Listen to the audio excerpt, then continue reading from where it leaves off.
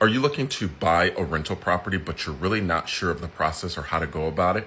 Hi, I'm Willie Davis. I've been in real estate for over 7 years and I own rental properties. So I'm here to tell you how you can do that. First, what you're going to want to do is figure out if you want to do a short-term rental or long-term. Short-term is usually like Airbnbs, for days at a time or maybe weeks at a time. Long-term, more than 6 months or 12 months. So if you're putting a tenant in there who is going to sign a lease, okay? So really want to understand if you want to do short-term or long. Now, once you figure that out, then you're going to decide where do you want to buy your property. I live in Metro Detroit, but my rental property is actually in Atlanta, Georgia. You don't have to buy a property in the area that you live in. But if you do decide to purchase property in another state or a place that you don't live, you really want to connect with a real estate agent or somebody in that area who really understands.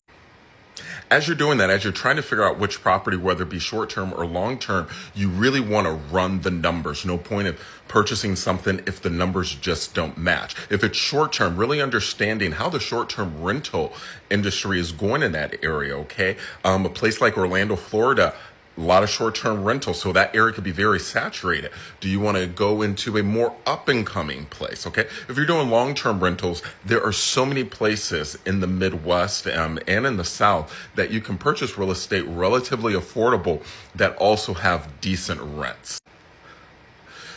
Also, the fact that you are purchasing a rental property, you're going to need financing, most likely, okay, if you're not paying cash.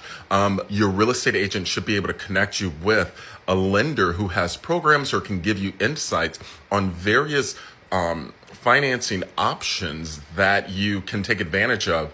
But also, because it won't be your primary home, you most likely will be putting a lot more than the traditional 3.5% or 5% down. Sometimes rental properties or a second home, your down payment can be 20% or more. So make sure that you have enough saved for your down payment.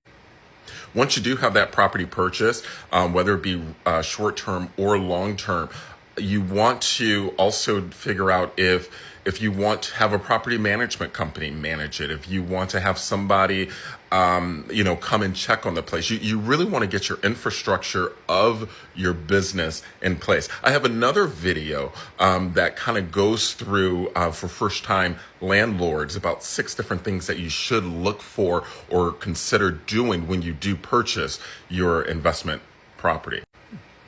Also, if you are purchasing a long-term rental, like I said, something 6 to 12 months or longer, look into Section 8 or the Housing Authority, okay?